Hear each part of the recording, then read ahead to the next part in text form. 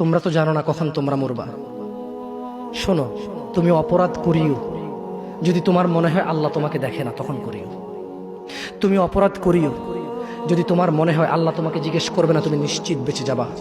তুমি অপরাধ করিও যদি তোমার মনে হয় যে আল্লাহ তোমার জন্য জাহান্নাম নির্ধারণ করবে, আর তুমি আল্লাহকে বলবা আল্লাহ আপনি বললেই হবে নাকি আমি জাহান্নামে যাব। যদি এই ক্ষমতার অধিকারী হও তাহলে তুমি অপরাধ করিও।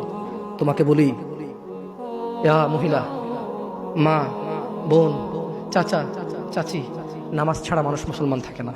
ওয়াল্লাহি আমি বলছি না কোথায় বাঁধবেন, তর্ক পরে। আমি বলছি আপনি নামাজটা স্টার্ট করেন। আমি বলছি না যে তারা ওই 20 রাকাত পড়বেন না 8 রাকাত পড়বেন। আমি বলছি যে আপনি পড়েন, 2 রাকাত হইলেও পড়েন। আমি বলছি যে আপনি ঈশান নামাজ 15 রাকাত দরকার নেই, আপনি শুধু 4 পড়েন। আমি কি বলছি সুন্নত বাদ দিতে? আমি বলছি যে তুমি পড়ছো না, শোনো, ভয় পেও না। ঈশান নামাজ 15 রাকাত তোমার উপরে ফরজ নয়। আমি তোমাকে না করছি না 15 রাকাত পড়তে। আমি বলছি যে তুমি নামাজই পড়ো না, 4 পড়ো। এই 4 রাকাত ঈশা না পড়লে তুমি মুসলিম নও। 3 রাকাত মাগরিব না পড়লে তুমি মুসলিম নও। 4 রাকাত আসর না পড়লে তুমি মুসলিম নও। দেখো, আমাকে দোষ দিও না। বুখারী খোলো, সালাত অধ্যায়ে যাও, আযান অধ্যায়ে যাও।